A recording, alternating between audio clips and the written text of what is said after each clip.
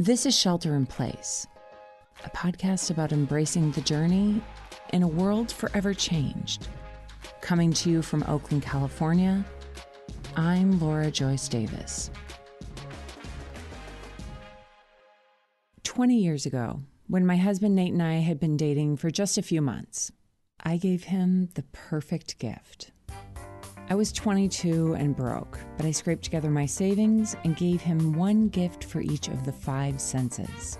For sight, it was my favorite short story collection, The Shell Collector. For sound, a mix CD. For smell, Estee Lauder Pleasures Cologne. For taste, a bottle of Cabernet. For touch, a shirt so soft and beautiful that I knew he'd think of my arms around him every time he wore it. I also wrote him a 20-page letter detailing the significance of each gift.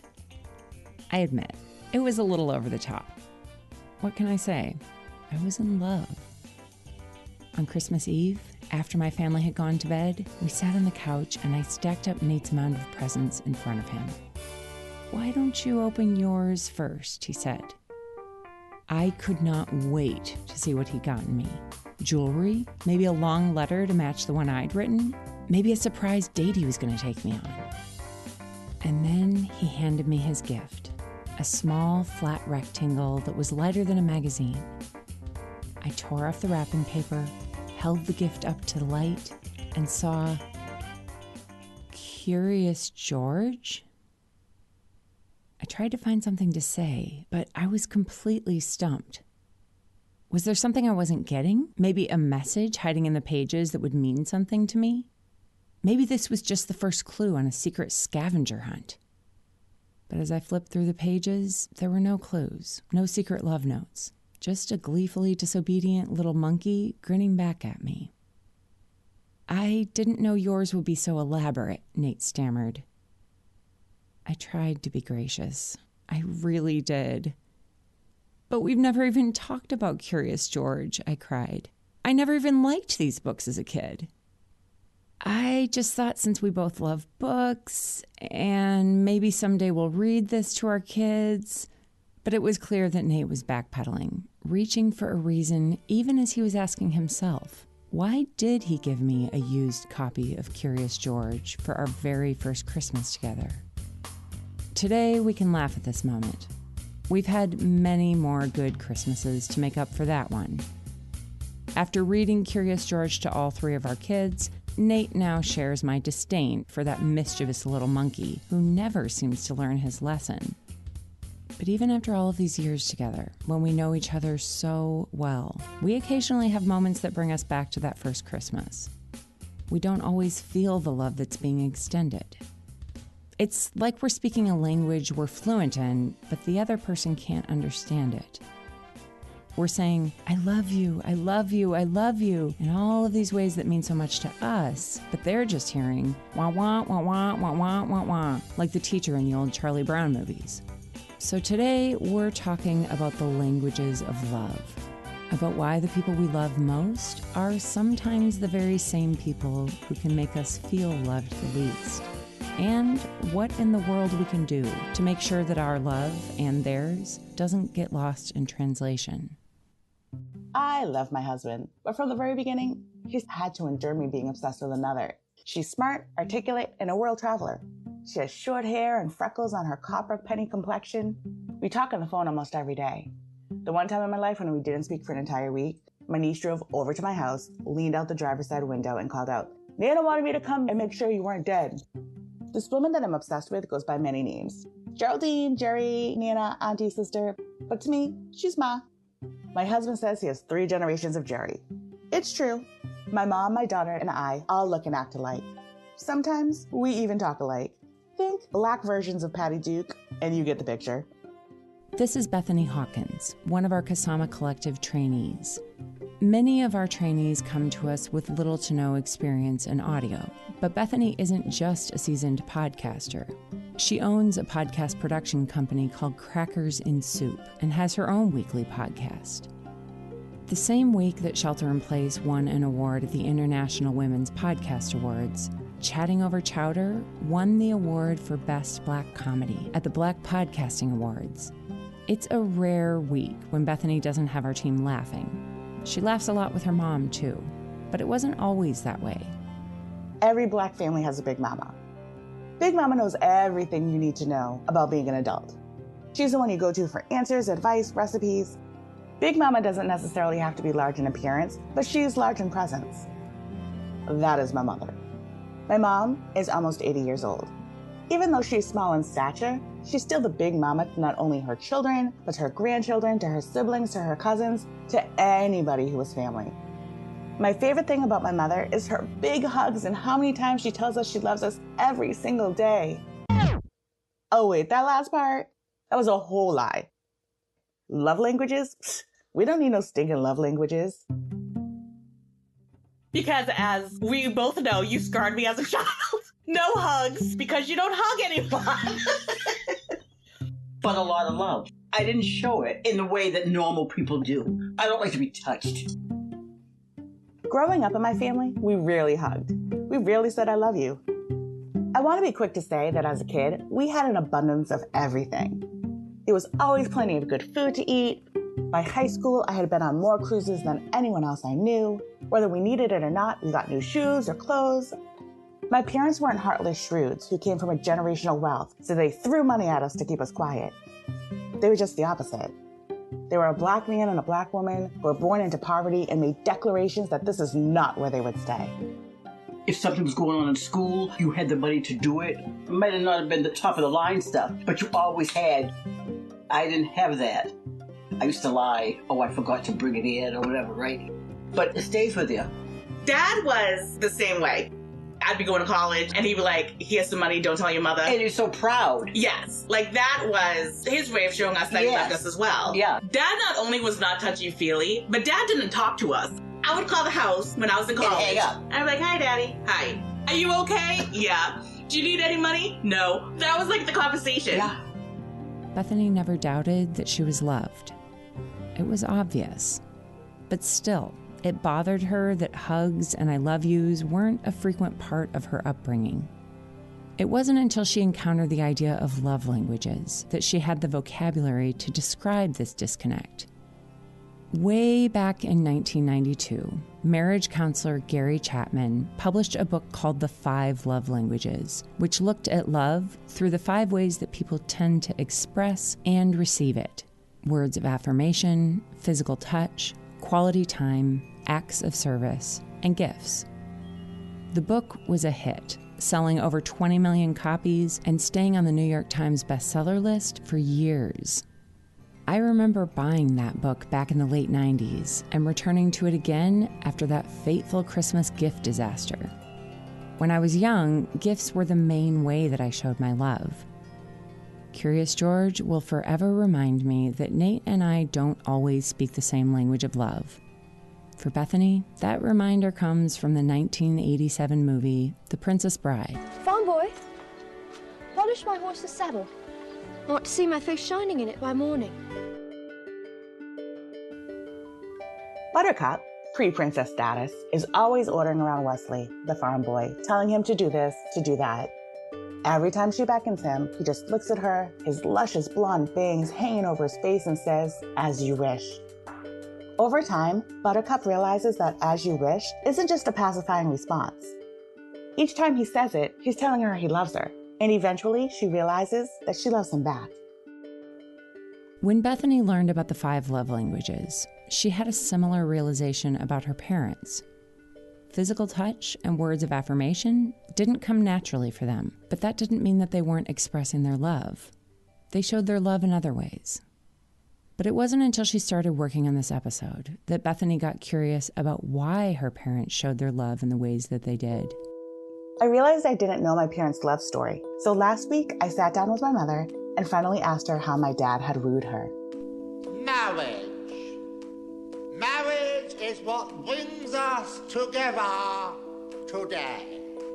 Marriage, that blessed arrangement, that dream within a dream. You don't know that story? I met him at the corner of Dave's store in Haverhill, Massachusetts. Yes, baby. Look at you standing at the corner, meeting men, getting married. And he drove by, and Jane said, "Oh, I know him, Joe. Hey, Roger." She used to go out with his friend, so he was smiling at me. I must have said, "Oh, come up sometime." It was winterish time. We had a snowstorm, and all of a sudden, I get a phone call, and it's him. And he says, "Hi, this is Roger. You said I could come over sometime." And I says, "We can't come now." He had walked. So I says, "I'll be out in a minute."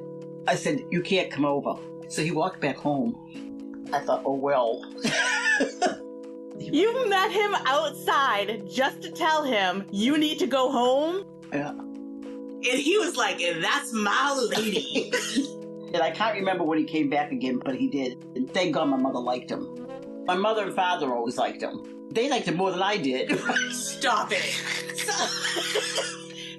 Princess Buttercup has nothing on my mother. Go ahead and Google, "Should I marry my significant other?" Congratulations, you are now inundated with articles such as 31 signs you're with the person you should marry, or is your partner marriage material, or will I marry astrology?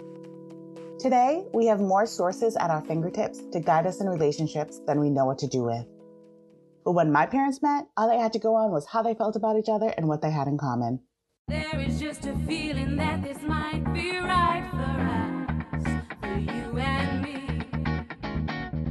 There is just a look I think this might be right. When my father asked for my mother's hand, she was ironing her clothes in her mother's kitchen. Without any hesitation or consultations to see if their astrological signs aligned, she said yes. I met him in January, and we got married in August. She was 18, my dad was 20. The 60s were a wild time. My mother was the second oldest of 8 children. Those were all boys. My status in that house was cooking, cleaning. They didn't have to do that stuff. I was a caretaker. My father was one of 12. Back then, there was no Netflix, so I guess my grandparents had to keep themselves busy somehow. Our upbringings were very similar because we didn't get to eat right. We didn't have things we should have had. That's why your father left school, because he was tired of being made fun of. They had all those kids. Father didn't work. I don't think the mother ever worked. His father would always go out with a white shirt on, dressed up and everything, never went to work. I think they spend an awful lot of time on, like, welfare. I mean, we had a small house. It was terrible. They had a small house also, but it had an outhouse in the back. Their mother died very young. She had cancer. And the sad part of that was things were going good for them because, you know, when you get older and stuff, the kids were able to do some work. And Uncle Wilbur bought them a house. In fact, she died there. Daddy's parents never said "I love you" or hugged them and stuff. Right. And your mother didn't treat you that way. That's where I get it from. I never knew any of my grandparents. Right. They had already passed by the time I was born. Yeah. With you being born in the 40s and your mother having you when she was like 18, she had to have been born in like 1920 something. Did you ever know your grandmother? My mother's mother died at a young age. She had 3 kids. Their father, your great-grandfather, left the South and had died. They had no place to go. When my mother was 15, 16, because she was pregnant with Uncle Johnny, they took Uncle Johnny away from my mother because she was a child. It was horrible. She and Aunt Doris were put into, this is how you became Catholic, with the nuns. Uncle Richie, he lied with his age and went to service. Inconceivable! She didn't get a lot of hugs in the orphanage when she was a 15, 16 unwed black girl having a baby. I never knew that I had a brother until I met him. I want to say he was 16. When you met Uncle Johnny, did you hug him? No, I'm sure I didn't. Compared to what my parents went through, I can see how lucky I was. My parents didn't show love using all of the 5 love languages, but the ones they did use, they used really well. I started thinking of how love is expressed, especially in the Black community. I started thinking about my grandparents who died before I was born. If my parents' love languages were a reaction to their upbringing, what were my parents' parents reacting to? If my great-grandparents were raising my grandparents when slavery was still legal, was there a historical correlation between slavery and the lack of physical touch and affirming words, not just in my family, but in the Black community? Bethany's theory wasn't mere speculation.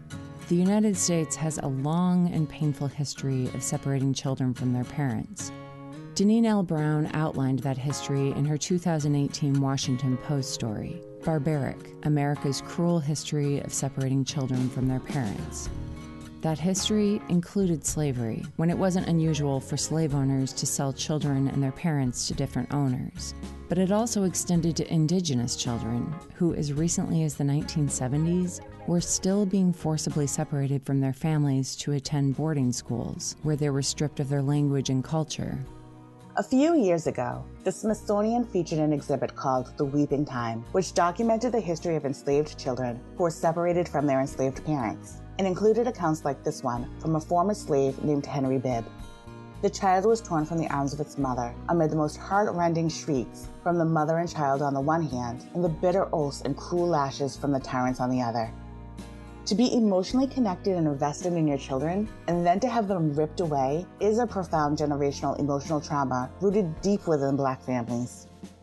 Learning this history of separation, a history that her great-grandparents had lived through, got Bethany thinking about her mom, who'd been raised by the children who came out of that generation.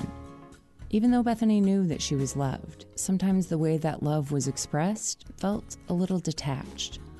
We learn how to be in this world first and foremost by watching our parents. If you're detached, what happens to your children emotionally, and then to their children, and then to their children?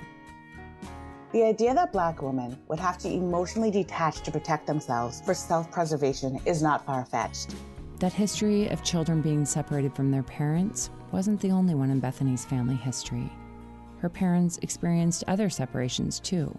During the Vietnam War, Bethany's dad was drafted into the Army. Beat it, or I'll call the brute squad. I'm on the brute squad. You are the brute squad. He got the thing, the letter. He got drafted. He was 24 or 25, and he says, I'm not going to go. Then they won't take me. His first mistake, because they took him. He left. Your grandmother crying and me crying and all that stuff, and he went. That afternoon, police came to my door and said, we're looking for Roger Sylvester. I think I cried. Your father was so nervous that he went and got on the train and he wasn't supposed to. He accidentally went AWOL? They found him. Well, I mean, Yep. Black men in the Army, we don't fare so well. Yeah. When my father was found from his unintentionally going AWOL, he was stationed in the South. My mother would travel regularly from the Northeast to the South to visit him. Friendly reminder, this was the 60s.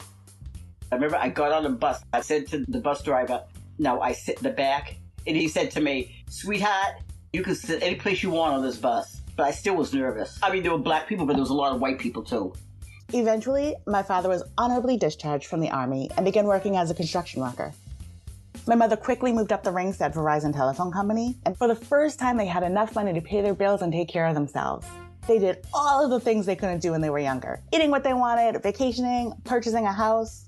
I know that Dad was like, we work hard and I'm going to have whatever I want to have and I'm going to vacation and do whatever I want to do. But did you guys have that conversation of when we have children, our experience is not going to be their experience? I don't know if we actually said that, but from the time we got married, we always were doing something. Even before we had kids, we always went somewhere. Even if it was only to the Cape, I'd go grocery shopping and I'd come back and he'd say, well, did you get my cookies and all that? And I'd say, oh, I didn't get them today. Well, you know, I never had these as kids, so I don't care. I'm going to have this. And he did. Somebody would think, well, what's the big deal about the cookies? But it was because he never had them. It was all about Ritz crackers and saltine crackers. Yes. And the fact that he always had clothes because he never had clothes. He'd always say, I don't care. I didn't have this when I was a kid. Before we had the kids. Before we had the kids? You mean me? Well, yeah, you and your sister, right? I would say, maybe we shouldn't go, you know, we got to save money for this. And he'd say, well, I don't care. I didn't do this all my life. That's why he always wanted to go somewhere. And thank God he did. Because when people say to me, what's that picture there? Oh, that's when we went, and you know, you need to be able to say that. Because people don't look at Black people and think they can go somewhere, right? I said, oh, yeah. He says, we went every year for years. And they look at you and say, wow. He was always adamant that when he became whatever age, he was retiring. And he did. Bethany had always enjoyed those cruises and clothes and multiple choices of crackers in the cupboard, but now she saw them in a new light. not just as small comforts, but as evidence of just how much she was loved. But here's the thing about generational patterns. They don't stop affecting us just because we can see them. That pattern of separation followed Bethany into adulthood at a time when she least expected it. In the August of me entering my senior year of college, my father was unable to move the right side of his body. Thinking he had had a stroke, my mother brought him to the hospital, only for us to learn he had a brain tumor. Further tests proved it was secondary. His primary, lung cancer. Within a few months, from courses of different radiations and treatments, he became blind. What I realize now, that I guess I didn't realize then, Dad literally lived long enough to see me graduate from college. Yeah, he did. In our immediate family, I was the only one who graduated from college. That's right. That's right. You know, that was a big thing. Everybody could have seen that he was sick. Yeah. You know, he was adamant that he was going. And I didn't say nothing to him. Okay, you know, go. In the pictures, he was in good spirits. Yeah. You would never know that, like, in 4 weeks he would have passed. Yeah, I know, that fast. Like, in the pictures, even though he couldn't see, he was, like, he was still, like, talking to Tisha. Yeah, and because there's a lot of people there that day. Yeah. Yeah. Yeah. He pushed himself forward so that he could do it, yeah. You know? He wasn't all bad. He was crazy, but he wasn't all bad. Right? You all didn't get a lot of love, so to speak. But you had anything that you needed, anything that you wanted. And I don't think that you see your parents as people when you're a kid and you're growing up. You don't. Because you're always asking for something and you're just thinking of, oh, they're mean to me because I can't go out today and, you know, all that stuff. But having my own family now makes a difference. You and Daddy were not trying to be our friends. No. You were like, look, I parboiled this chicken, put it in the oven at such and such a time, make some sides. Yeah. I want the house clean. No. Like, there was no friendship. No. Better be boundaries and stuff. We had so much structure. Yeah. And you know what? We had a lot of love in that house. I appreciate all that you've done for us. Oh. My parents were absolutely fallible, and they were also absolutely perfect. All of these years later, my mother's still the big mama. She raised her siblings and my sister and me and my nieces and my nephews. I think it says something that her way of loving has been passed down to yet another generation. Just last week, my nephew drove 4 hours to vacuum her carpets. The morning we spoke, my niece had picked up my mom's prescriptions. And me? I'd still do anything for her. Funny enough, as we curtailed to her love language, she actually learned a new love language. So all of this legacy of acts of service has been passed on from generation to generation to generation. Yeah. Because, like, truly, I am the only one out of our family that hugs people. Like, I know. Eric and Devin, they're not really huggy. No. And I never was. I still am not. I try to hug Amaya, and her body turns all stiff like you do. But it's funny because now, Olivia and Charis, when I try to hug them, they're like, ugh. Yeah, it's a kid thing. But at night, like even when Olivia's here, I kiss them goodnight and everything, and Amaya's like this. Which is ironic, because I remember a young wee lass who just wanted a kiss goodnight from her mother. And I thought, go to bed. Huh. Yeah. Well, I'm glad that my daughter and my niece are getting kisses from my mother. Yeah, because they giggle and stuff and everything. Kisses that I never received. Hey, I'm grown. You have grown. I'm still learning to speak Nate's love language, but I no longer think about love languages as a relational problem to solve. I think about them instead as a part of relationships that keeps evolving, because I'm evolving too. I don't give elaborate gifts anymore. Gifts don't even rank in my top 3 for the ways I feel most loved. There have been many years when Nate and I decided not to give each other gifts at all because money was tight, and I was truly okay with it. It meant a lot more to me to get to spend time with him, to dream about what life could be, and figure out how to get a little bit closer to reaching that life together. A few months ago, Nate and I watched The Princess Bride with our kids. They'd never seen it, and I realized that the last time I'd seen it, I was probably in middle school. It was just as great as I remembered it, what I noticed this time around is that while Buttercup fell in love with Wesley's dreamy, soft-spoken way of giving her everything she asked for, the love that ultimately brought them back together was far more nuanced and even at times difficult. During the years when Wesley and Buttercup were apart, when Buttercup believed that he was dead, they became different people. Fighting villains and living among pirates and wrestling giant rats in the fire swamp made them stronger, but it also left them with wounds. You mock my pain! Life is pain, Highness. Anyone who says differently is selling something. The people Buttercup and Wesley eventually became, the people Nate and I became, the people Bethany's parents became, the person she's become, were shaped more by the hard moments than the easy ones. I am who I am because of my parents, and their parents, and their parents before them. I think the way we receive and show love can change. One minute, you're talking about true love in an open field. The next, you're spending quality time in the fire swamp. One minute, you're getting a gift from a miracle worker, and the next, you're in the throes of a PG-rated kiss. And then there are those times when you get stuck in that one love language, and the only way you know how to show love is by fighting off rodents of unusual sizes. After I've cooked my kids dinner and washed their clothes and have done all of the same acts of service that my parents did to show that they loved me, I also chase them around and bear hug them and squish their guts and tell them 1,000 times I love them. They audibly sigh with exasperation. I fully expect that one day they'll tell me that they were scarred because of how I show love. It's a sick cycle, but at night, after I tell my daughter that I love her and hug her again, she asks me, "Mom, can you put me to bed and say prayers?" The only response I can think of is, "As you wish." As always, if you listen to the very end of the episode, you'll hear Shelter in Place outtakes, our little Easter egg to thank you for sticking around. But first, we'd like to dedicate this episode to Bethany's late father, Roger Sylvester, whose love and life lives on in her story. Thank you to Jerry and to Bethany for bringing this story to Shelter in Place, with all of the love, care, and heart that your story deserves. The Shelter in Place music was created by Chase Horseman at Reactor Productions. Additional music and sound effects for this episode come from Storyblocks. Bethany Hawkins was our lead writer and producer for this episode. Zara Krim was our assistant producer, and Hannah Fowler was our assistant audio editor.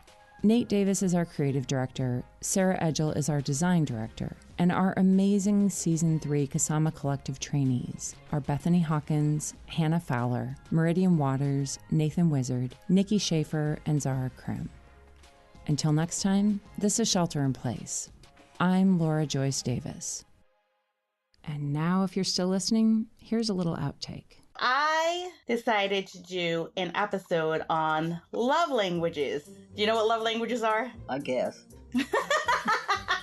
It's like different ways that you show love. So I'm going to start off by giving you a quiz. All right. Are you an adult? Yes. Very good. Instead of just talking about doing nice things, someone I love offers to run errands for me. It is 100% run errands. Why do you think that? It could be 1,000% run errands. I can share a meaningful touch in public. I feel connected to someone I love through a hug. Oh, not a hug.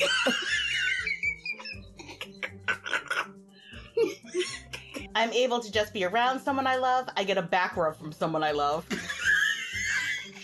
You could have done this by yourself. Thank you for doing this. I Well, hope you're that this very wasn't welcome. too torturous. No, it wasn't. It got out things. Don't you think that, like, love languages are interesting? And how people... Yeah. So am I getting paid for this? A Huda Media Production.